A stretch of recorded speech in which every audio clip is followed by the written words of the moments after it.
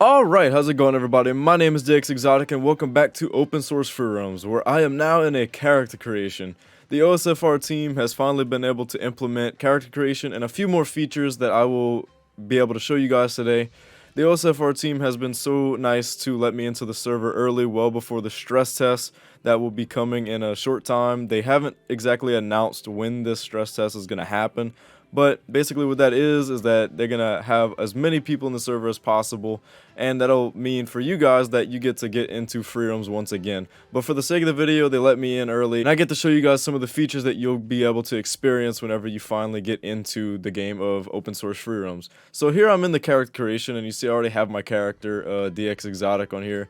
I actually had one of the developers go into it and change the name for me, just for the sake of the video. However, I'm going to be making a new character just to show off how the character creation works. So I'm going to go to add a character and I'm going to click add. So this is how it looks. It took a little while for them to actually get it going smoothly. And honestly, props to them because they were able to do it. These guys are so good at what they do. I'm going to do a male human and I'm going to hit go. And you can see that you get to choose your name. I'm just going to randomize it. We're going to go with Todd Jewel Spotter. And yeah, this looks fine. Actually, let me change the skull. Let's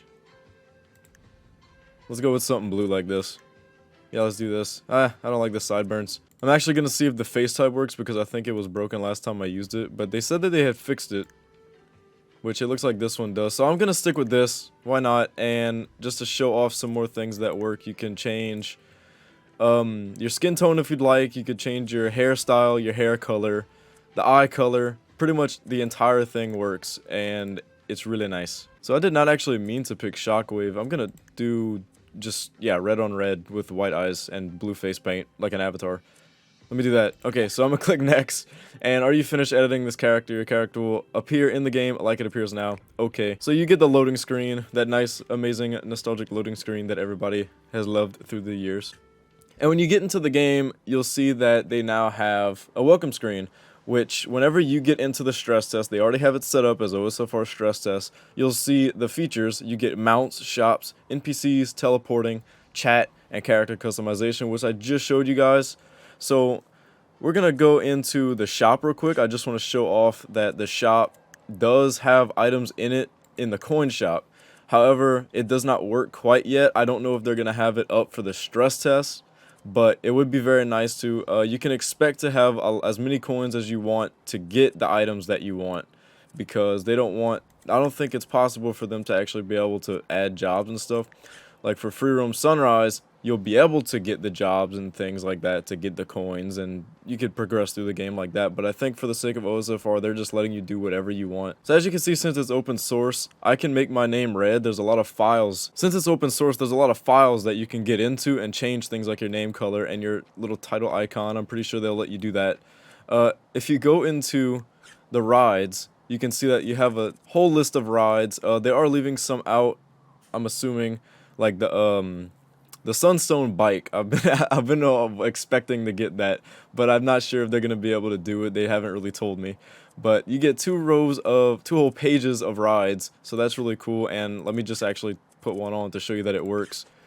And I'm actually standing right next to Eden, who's gonna be joining us in this video when I get done with the showing off the rides. And if I go into the chat, you can see the chat will work.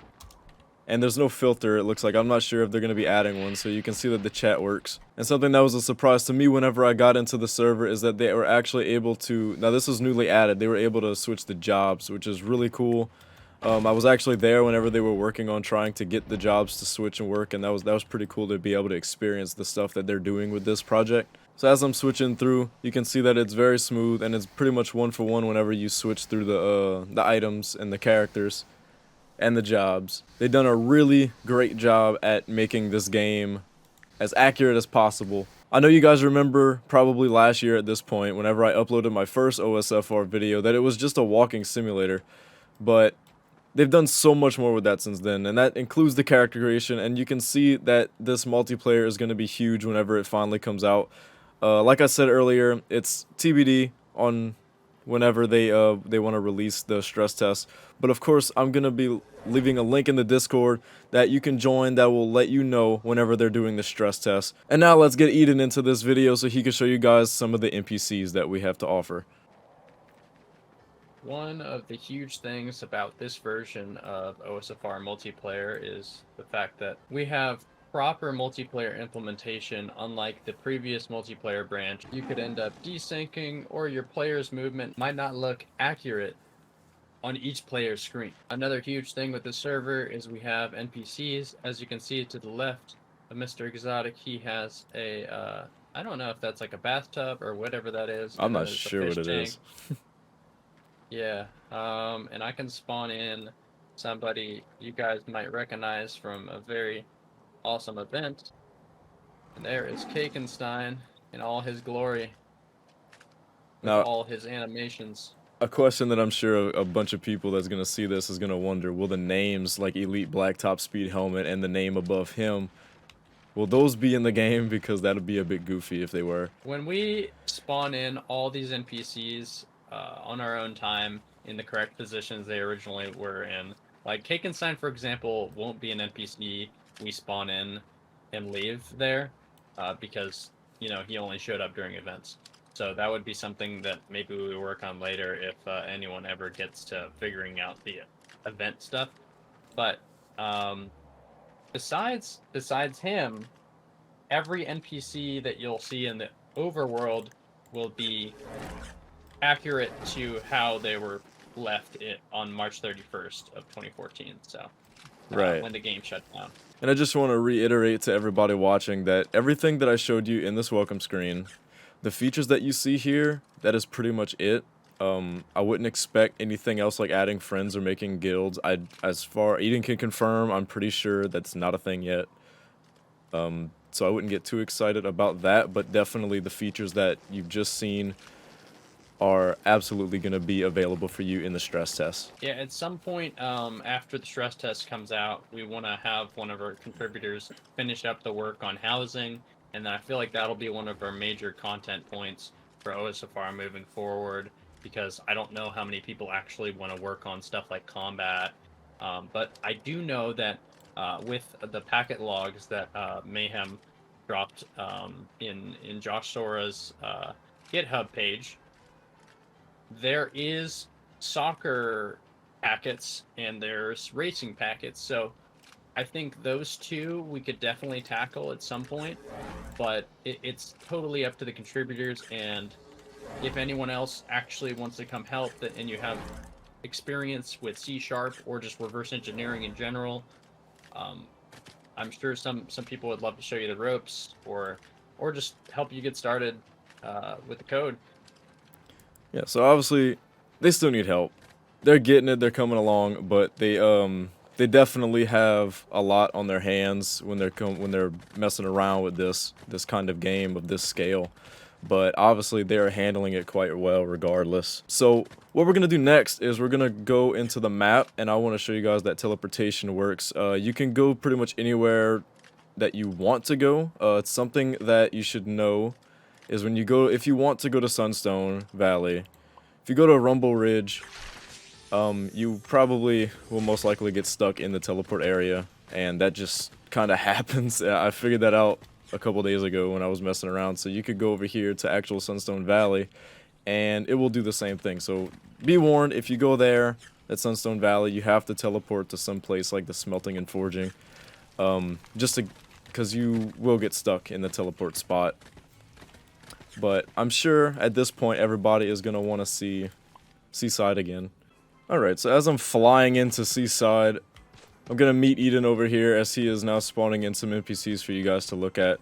One question that I definitely want to ask, and I'm sure some people are going to be asking also, you can see the adventure coin over here. Eden, would you happen to know if adventure coins are going to be available during stress Not in test? stress test, but eventually we are going to put in the adventure coins, because we do have packets for those, so it shouldn't be hard to reverse. And I guess once we have some type of system going for like job experience and things like that, it would be probably a meaningful addition to actually add some of the progression, like the coins and the collections, eventually. But it's all up to the contributors if they want to add stuff like that, and you know, anyone can be a contributor since it's open source. Alright, now we're back at Sanctuary, and I'm going to show you guys a command that's probably going to lower my frame rate. But I'm going to do this, and then I'm going to let Eden explain what exactly is going on with it. Alright, can you see the NPCs loaded in around you? Yeah, it's like dragons and a horse. Awesome. So what these are is these were this was a part of the map that Mayhem had packet logged, which means he captured the network traffic between the game and the original game server back when it was live. I believe this was around March 31st or April 1st of 2014.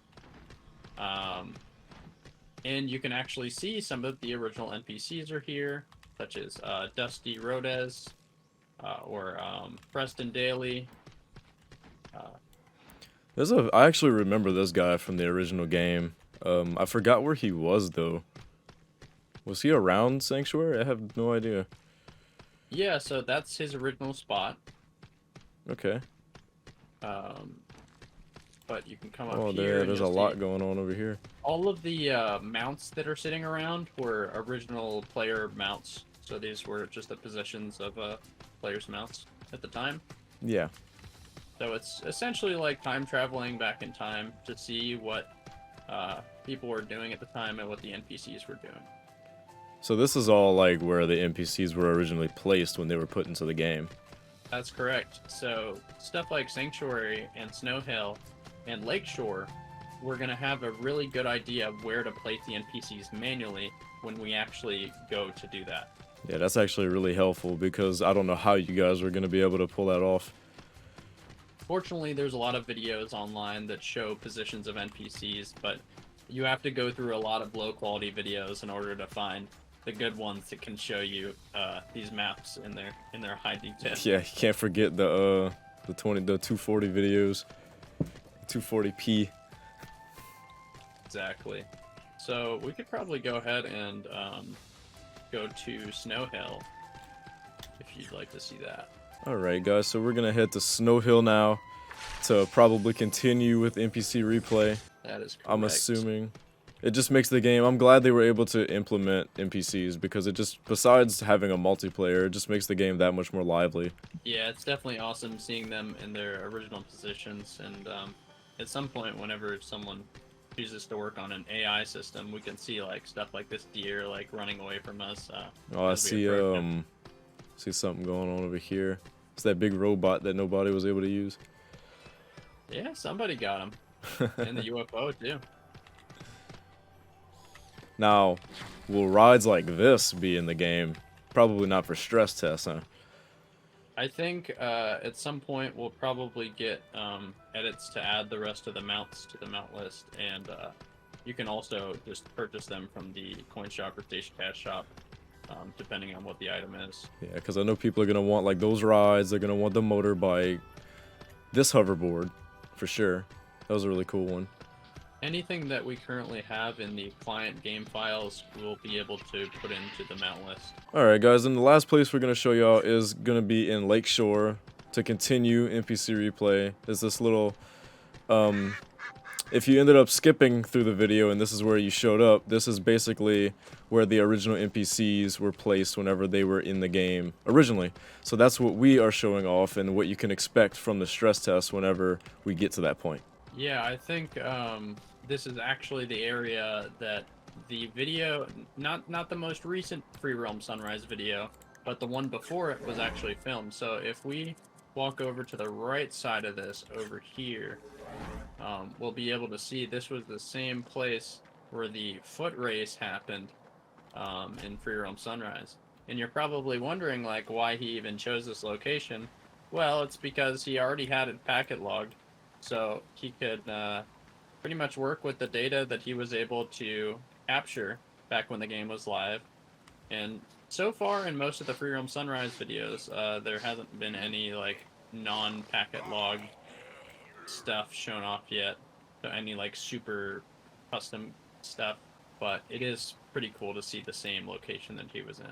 Alright, Eden, well, I want to thank you very much for coming help me out in making this video, because obviously I don't know all of the information, so it's very nice to have somebody that's a bit more involved with the project itself.